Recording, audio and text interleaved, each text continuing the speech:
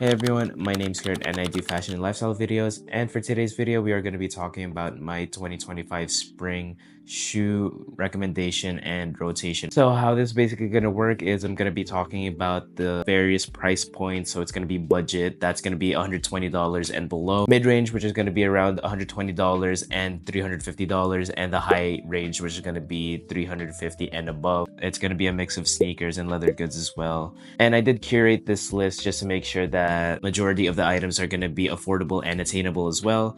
And it's going to be from brands that you already know, or maybe some brands that you haven't even heard of yet. So let's get into it right here. For the first one, it's going to be the Uniqlo C-Line collection, and it's going to be their sneakers, and it's going to be called the combination sneaker. It's honestly one of those like very casual flat shoes. It's a mix of like faux suede as well as faux leather. It's also around like $49, but I believe it is going to be on sale right now for $39. There is going to be the slide that they have that actually caught my eye first, I'm not gonna lie. It looks very comfy. It is made of synthetic materials as well, but I have seen it in person and I have tried it on. It's actually pretty comfy. If you guys are looking for any budget sneakers, if you guys are looking for loungewear items as well, I would suggest these. So these are going to be the Uniqlo C-Line collection shoes and sandals right here. And the next ones are going to be the footwear from the brands Puma and Adidas. As of 2025, the brands are going to be on the forefront of being the mainstream leading brands of footwear right here, because they do offer a selection of footwear that offers some more of like a trendy crowd as well as a niche crowd as well. Like the Puma Speed Cats, more of like the motor sport kind of like vibe. At the same time, we have the Adidas Taekwondo as well, which is pretty niche, but as of right now, it is still a trend for 2025 to have flat shoes. And the Puma Speed Cats are going to be one of my recommendations. I do want to get the brown colorway eventually, but we'll see if I do stick with that. Another one that I would recommend would be the Adidas Taekwondos. Same thing, it's just a flat shoe. It's also going to be more on like the budget side. It's still going to be really good quality from both brands right here. Pretty good quality for the price that you pay for it. The Puma Speed Cats are going to be around like $100. I think the Adidas Taekwondo are going to be around the same price as well. So I'd say just go look into those if you guys are looking for more of those trendy sneakers, but at the same time staying on that budget range right there. Then next up are going to be, if you guys do want more budget leather goods, I would highly suggest going to Zara. I haven't really shopped at Zara for a long time, but I went recently and I would always check their footwear section. I would say for the price point that you guys are going to be paying, which is going to be between, I would say like $50 to like $100, it's going to be within your budget price range right there. The quality is pretty good too. Just don't expect it to be real leather. It's going to be faux leather for sure. But I would say the fit and the comfort is still pretty good too. I have tried multiple ones. I've tried like the mules, I've tried the loafers that they have. I've tried some of the boots too that they have. So if you guys are looking for any budget friendly leather goods and more on like the loafers, more on like the mules or anything like that, I would say just go to Zara. They honestly offer a pretty good selection as of right now. Now getting into the mid-range right here. So keeping it with the flat shoes right here, it's going to be the Onitsuka Tigers. So I'm pretty sure you guys are going to be expecting this on the list already. But I do just want to highlight two styles of their footwear right here. So the first one's going to be the Mexico 66. This is going to be the trendy shoe right here. I know a lot of people do like these. Like, I'll be honest, at first I didn't really like it just because I wasn't really into flat shoes like that before. But after getting my Margielas, I honestly fell in love with flat shoes and I started looking into Onitsukas too. So I actually went to Japan recently. I did get two pairs right here. So the first one's going to be just like the black and cream. I do also have the metallic one right here. So I would say this is just going to be like more of the mid-tier quality right here. So it's going to be full leather on the top for both. Then at the same time, if you guys are confused to know which ones are the SDs and which ones are the regular Mexico 66 as well. The regular Mexico 66, they have thicker laces than the SDs. So if you guys see Onitsuka Tigers with thinner laces like these ones right here, they are the SDs. That's gonna be like $150, $160 if you buy it here. But if you do have like a friend or if you're going to Japan, just get it there. It's gonna be way cheaper as well. The next one's gonna be the Ballet Onitsuka Tiger flats right here. So this is gonna be one of the shoes too that's been making quite some buzz as of recently. I've seen it on Balenciaga as well, and as of right now, like I'm talking about it, the Onitsuka Tiger ones. I do find this interesting. I don't think I would buy this myself, but I would say if you do want something more different, but at the same time within the trend as well, I would get the Onitsuka Tiger flats. You can honestly get these on the secondhand market for maybe around like 150 to like 200, just depends on like where you look at. If you get lucky for retail, I would say go grab it if you do want it. So these are going to be my recommendations right here. They're going to be the footwear from Onitsuka Tigers. So I'm going to be talking about just two shoes right here that are going to be more on like the comfier lifestyle side. I do like lounging around and just being cozy as well whenever it comes to like my footwear too. So the first one is going to be the New Balance 860 V2s. This one specifically right here that I'm holding is going to be the ALD collab. But honestly, you guys can just grab these for such a steal right now. Just because these do go on sale a lot. These go for around, I believe, like 140, 150 retail, but I've seen them go on sale on Sense and Clothing as well for around like $90, $80 too. So just look out for that. If you do have flat feet, honestly, I would recommend this too. I have flat feet and these are comfy. I don't feel any pain. So if you guys are looking for just like comfy shoes, the New Balance 860 V2 is one of these shoes right here.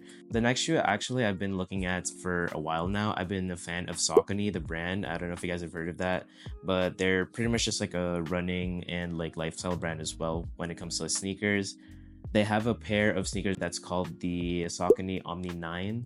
It's very reminiscent of the 860 V2 as well as the A6 Gel Cayano models, just because it is different, and I've seen online that these are pretty comfy too. So I'd say the Saucony Omni 9s can deliver if you do want more of an athleisure look or just more like a cozy loungewear look right there. And majority of the colorways that they have too are pretty neutral. You can just wear casually, more of like a lifestyle or loungewear vibe right there. There's going to be the Saucony Omni 9 sneaker right there. And the next one's going to be actually a brand that offers a pretty good alternative for the Maison Margiela Gats or just the Jeremy Army trainer shoe in general. So this is going to be the Oliver Cable or Oliver Cabell. Just let me know if I'm saying it right or wrong. But they do offer a really good quality alternative for the Jeremy Army trainer. So it's going to be around $200 and it is made of premium Italian leather as well. I've seen other people do opt for these and wear these. And from the looks of it, they honestly age really well. I didn't really want to include the Adidas GAT alternative just because I don't really like the quality of it. I've seen it in person and it's just not something that I would personally recommend to people. Even though you will get the look down, I would just suggest to just grab something from like secondhand or like a vintage store, like a thrift store, like another Jeremy Army trainer. But if you guys do want like a Jeremy Army trainer that's pretty good quality at the same time, not breaking the bank by getting the Maison Margiela Gats, I would offer these because these are like a third of the price of it. It's around $200. If you order for the first time, you get a discount as well. So that will save a couple more dollars right there. But that's going to be my other recommendation right there. But it's going to be the Oliver Cabell Jeremy Army trainers right here. But the next one's going to be an independent brand based from Northern California right here. The brand is Rotten Closet. I would suggest their corset derby right here. I would say it's honestly a really good take on the derby. So it's going to be an exposed elongated zipper on the front, and at the same time it's going to be made with calfskin leather and a Vibram outsole. So you can expect quality from it. I do have a pair of loafers from the same brand right here. I will say that the quality is really on point. The price is going to be, I believe, between $280 to like $350. I might be wrong with that, but it's like between that range for the corset derbies. I will say, even though the price point is going to be a little steep right there, you will get quality for it. Brian just kills it with every single drop. Designs are amazing, it's unique, and just does not disappoint with the quality as well. Down to the box, down to like every single detail, it's amazing, honestly. I do want to buy this eventually, and I do know there's going to be a restock on April 12th. I'm not sure if I'm going to be able to buy that, but if I do have a chance in the future, I will for sure. This is going to be the Rotten Closet corset derbies right here. Next up, we're going to be going to the higher price range now. So this is going to be like around $350 and above. I don't know if a lot of people actually know about this, but Onitsuka Tiger actually has another line that's more premium label. So it's going to be called the Onitsuka Tiger Nippon Made. Some of the recommendations that I would make from these are going to be the Mexico 66 as well. But at the same time, check out their loafers and their derbies as well, because they're honestly really good quality. I've actually seen them in stores in Japan on my last trip. This was honestly one of my regrets. I had the Onitsuka Tigers, the Mexico 66, the black ones in my hand, and just looking at the quality, it was honestly amazing. The lining was suede. The leather was just like a very soft textured leather as well, and you can tell the craftsmanship from the Nippon made ones compared to the SD and the regular ones are just out of this world. It's honestly like the highest tier that they have. So like the Nippon made ones are honestly like $520 here in the States. That's for retail from what I've seen. You can also buy them for used too, but it's gonna be like around 200 to like 300 something. It really just depends. That's why I'm saying that this was one of my regrets, was because when I went to Japan, I actually had the opportunity to buy it, but I just didn't buy it. So I just decided to buy 2 pairs of the Mexico 66 SDs instead of the Nippon made ones. And at the time it was like $220. That was honestly one of the regrets that I have. I wish I bought that, but honestly next time that I go back to Japan, I'm just gonna buy the Nippon made ones rather than paying more than double here in the States. So that's gonna be my first recommendation right here. It's gonna be the Onitsuka Tigers Nippon made ones, specifically the Mexico 66 SD and the loafers and derbies that they have. So the next ones are actually gonna be a couple derbies that I do have. These are going to be the Oree NYC Stelvio Derby specifically. So I do have the Cordovan shell leather as well as regular horse leather right here. And you're asking me too, why do I have 2 pairs of these? The original plan was for me to buy these, cook them a lot, then resold them. So it's basically kind of like a new shoe. I know Oree does do like the resold Stelvios now, but I would rather just buy it, just really use it, than just replace the entire shoe so I can just pick out the midsole myself. I would honestly highly recommend the Stelvio Derbies right here. Oree NYC is known for their footwear. I know they rebranded because they were more in like the streetwear realm before, but they kind of rebranded to focus more on like footwear right now. It kind of shows their dedication and their love and their care to each of the footwear that they actually have. And it just shows with the Stelvios right here, because they opted to use the most premium leather that they can find, which is like horse leather, Cordovan shell, and offer it at like $600 to $650. That's the price range of those Stelvios right there. But for the fraction of the price of like Guides, which can run you up to like $2,000 for the same quality pretty much. And honestly, I have to applaud Oree for that. That's honestly one of the main reasons why I really gravitated towards these Stelvios right here. I do want to make sure that I will own these shoes for like years to come, till see. So that's going to be my recommendation. It's going to be the Stelvio Derbies right here. So the last one is going to be the most expensive one right here. It's going to be the Lemaire pipe loafers. And honestly, I've been looking for these loafers for years. I actually had a chance to get them back when we went to Japan last month. We went to the Dover Street Market in Ginza. They had a pair there, but when I converted the price from yen to USD, I was like, why is it 1,200? But retail here is like around like 600-700, I think. So I was just like, you know what?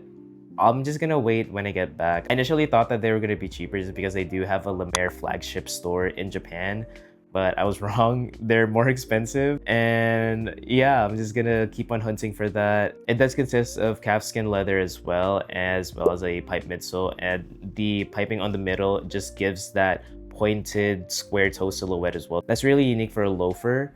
There's also some slipper options for the pipe loafers, so if you do want to opt for those more of like a flat silhouette, I would say go for that. But if you do want more of like a height or like more of like a cushion a little bit, I would say just go for the loafers too. That's gonna be my last recommendation right here. It's going to be the Lemaire pipe loafers. And that's gonna be it for the entire video. Thank you guys for tuning in right here. It's honestly been so long since the last time I've recorded, ever since we got back from Japan. I honestly haven't touched the camera. I've just been editing and I've just been like doing a lot of stuff behind the scenes. It's good to be back right here. It's good to be filming again. And hopefully I can get this video out soon. So thank you guys again for tuning in. Thank you for always giving me a chance right here. And I'll see you guys in the next video. Peace.